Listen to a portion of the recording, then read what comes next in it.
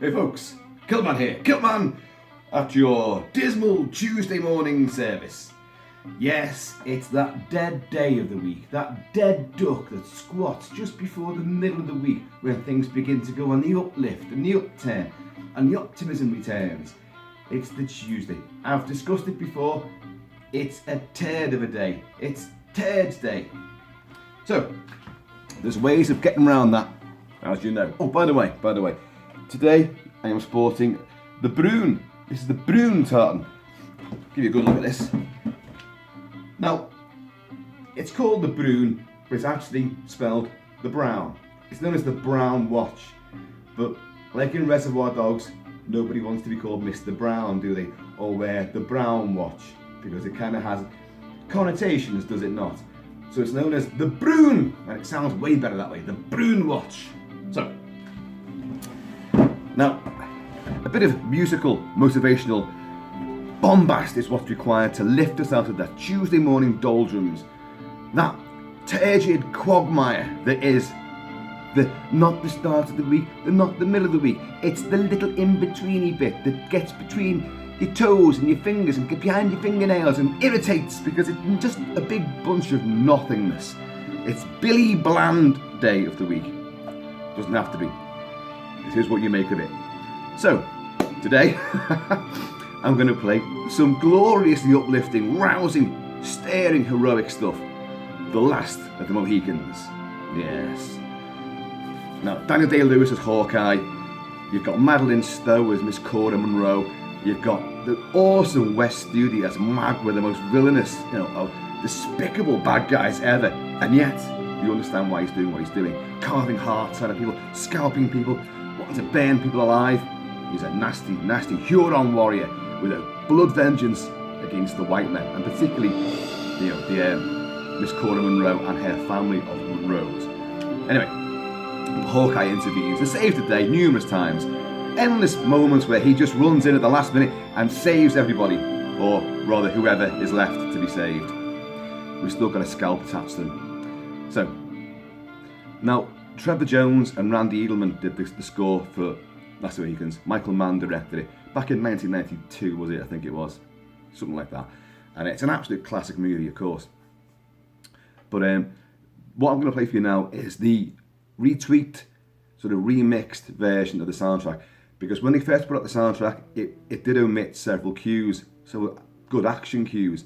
So fabulous composer and producer Joel McNeely, and conductor, took the baton up and created his version of it, which is beautiful. And it takes out a lot of Randy Edelman's stuff, which doesn't really fit the flow of the action side of things. Still glorious stuff, but anyway, let's get on to the main title. You often hear this, those curious people with octopuses and pipes blowing into them, bagpipes. They often play this at festivals and sporting events because there's something about it from the bagpipe point of view. It really has some spellbinding qualities.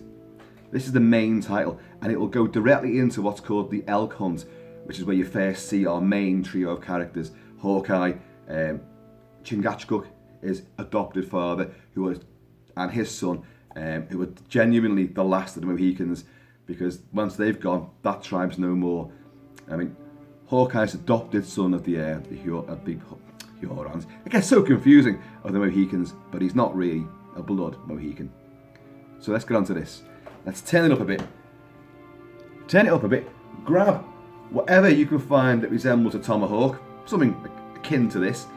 This is actually a Frankish throwing axe, and a marvellous bit of kit this is too. I have discussed it before. Those of you who are interested, troll back and find how this thing actually bounces. Yeah, so.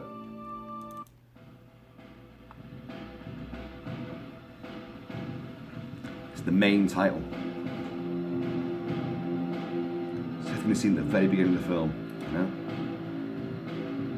Oh, by the way, your friend of mine, Mr. Snake Plissken.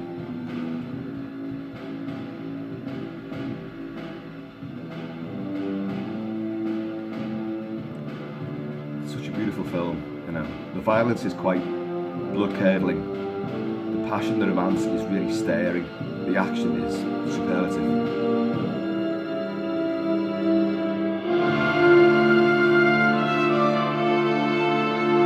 Mountains, vast landscapes, forests as far as the eye can see.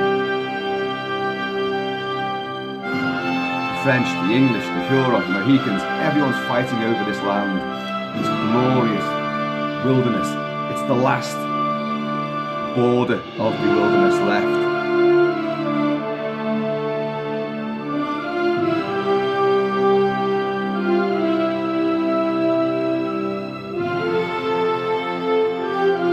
Simple, plaintive, so effective. And there's that hint of tragedy, because this, whatever happens in this film, no matter who survives, it's the end of a culture, it's the end of a world that they've known, forever going to be changed.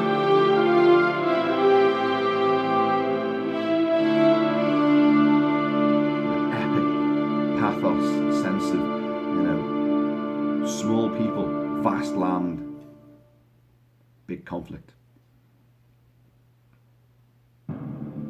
This is the elk hunt. Hawkeye is known as the long carabine, long rifle, or leather stockings, or natty bumpass. He has yes, that's his name, Nathaniel Bumpass, known as Hawkeye. But he's got lots of different names, and he has this enormously long carbine rifle. And he's a crack shot with it too. So he, his adoptive father, Chingachgook, his adoptive brother Uncas, are hunting an elk through the woods, charging after it.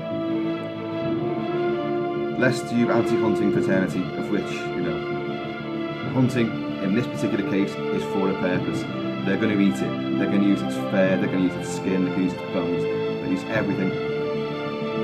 And they'll give thanks, they'll call it a brother as well. They don't want to kill it, but they know that they have to, they've got to survive too. And I don't mind that. Trophy hunters, you get the cold steel.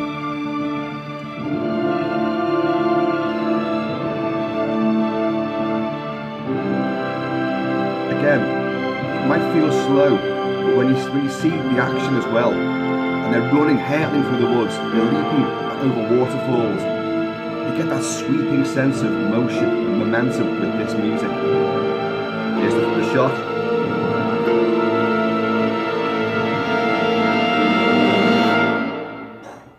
Michael Mann does a few shots like that where someone is about to take a shot and they literally wait for longer than you think it's going to be, and you kind of like, take the shot, and it's all musketry, percussion, flash, boom. It just takes forever. It's a gloriously stretched second. Now, let's get on to something. Into the fray comes Captain Hayward, who wants Miss Cora Monroe's hand in marriage. He's a British redcoat. He's been led into a trap by Magua, and he's now surrounded by Huron warriors. And his men, he's going, prepare your firearms! That style of fighting was crap against, what would be termed as barbarians or savages, whose tactics are far better. And they're better with the fucking rifles as well. These redcoats are getting cut down. They're getting scalped. They're getting tomahawked. Oh, it's grim. But Miss Cora Monroe and her sister are trapped in the middle of this. But our boys have been tracking this Huron war party for a little while, whilst taking a detour to kill an elk. And right at the last minute, they're going to leap in and take out a load of Huron and save Captain Hayward and the two girls.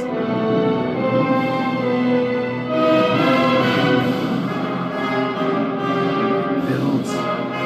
It's kind of scary, isn't it, as well?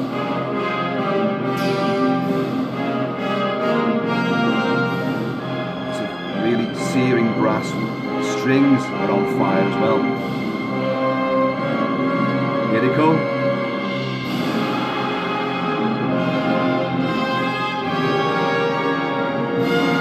That heroic theme.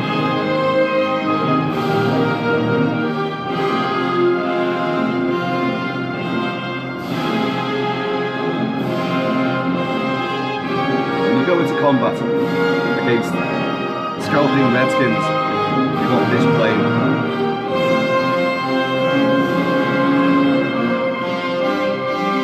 I swear, Magua, with his blood vengeance against the Monroes, sees a chance to take out Cora. Hawkeye spots that and turns around with his gun. Electrifying moment. Both fire when the muzzle smoke goes. Magua's disappeared into the woods. Isn't it just fantastic?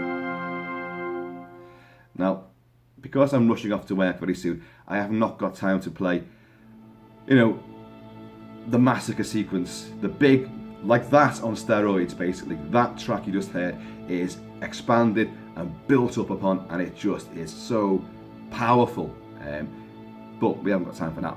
But what I will play, and it's not exactly gung-ho, but it is truly beautiful. This is called The Kiss. It's based on the Gale, which is an old fiddle ditty, of Gaelic origin. And Trevor Jones will use this again and you know where I'm coming from with this, because you must have seen the film, the finale, the ascent up to the promontory on the cliff face is this again, but it's more tribal, it's more battle orientated. This is a passion moment, The Kiss. It's lovely. As it happens, Mr. and Mrs. Kilt-Man are going to a big wedding do this coming weekend, and it's held in like castle grounds, and it's going to be quite splendid. And I will be in full regalia, full Highland regalia. And I would love to have this come on and take my wife, the leader, in a passionate dance. Or anyone else's wife, it doesn't really matter. As long as I look good.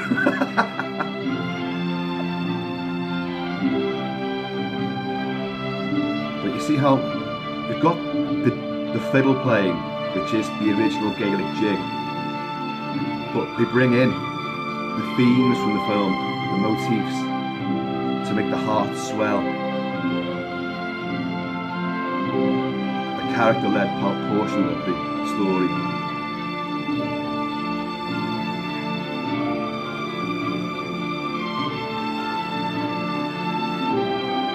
I know that's not exactly action gung-ho, but it's giving you a more rounded approach to this Tuesday. Heroism, romance. That's what it's all about. It's how I live my life.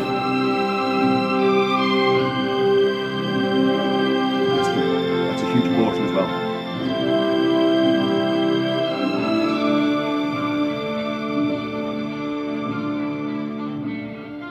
It's cyclic, it's rhythmic, it's hypnotic. That's a lot of icks. Right. It is time for me to go to work.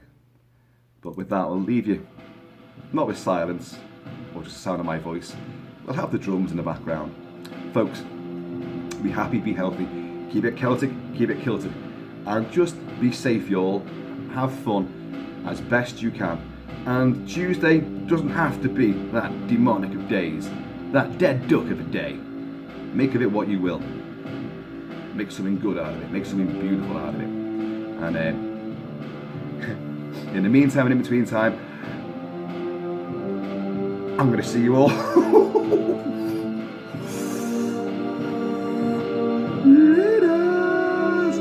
This man is guilty of sedition, sir.